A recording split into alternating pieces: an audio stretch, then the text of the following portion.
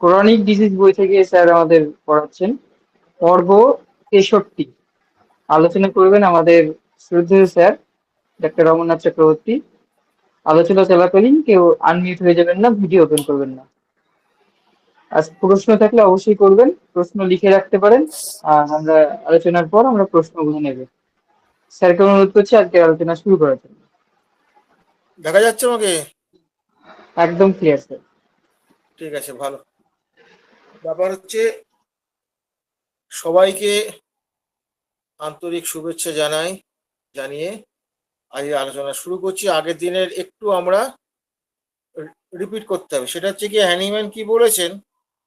As long as the improvement continuous, even if this should be several year, many days beyond the assigned, suppose time of the duration is so long as to delayed, as long as practicable the giving of new medicine. সোজা কথা হচ্ছে কি, যতক্ষণ পর্যন্ত improvement চলবে ততক্ষণ পর্যন্ত আপনি কোনো ওষুধ দিতে পারবেন না, এটা হ্যানিম্যান বলেছেন।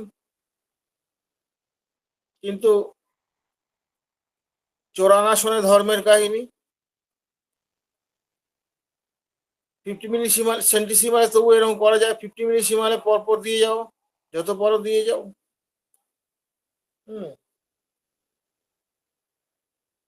ফলে এই আজকে একটা ক্রনিক পেশেন্টে ছিল, আমি দেখে এসেছিলাম, আজকে রিপোর্ট করলো তার মেয়ে, সেও ডাক্তার।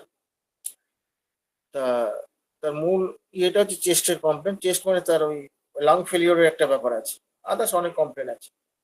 সেখানেও কিন্তু এই যে আমরা তাকে একটা ওই 01 দিয়েছি, আমি কার্সিনোসিন 01 দিয়েছি, আজকে 2 সপ্তাহের উপর হয়ে গেল। পেশেন্ট ইজ ইমপ্রুভিং এবং তার মেন্টাল স্টেটটা এই সপ্তাহটা খুব ভালো আছে, সেরে গেছে। কথা বলছে, তিনি বলছেন কি, আমি সামনের সপ্তাহ থেকে আমি লাঠি ছাড়া চলতে পারবো, আমার লাঠি লাগবে না। তাকে অক্সিজেন দেওয়া হয়, অক্সিজেন ইয়েটাও আগের থেকে বেটার হয়েছে, কফটা প্রচুর উঠেছে, এখন কফ ওঠাটা বন্ধ আছে। সেই কথাটা বলছে যে আমি লাঠি ছাড়াই চলতে পারবো।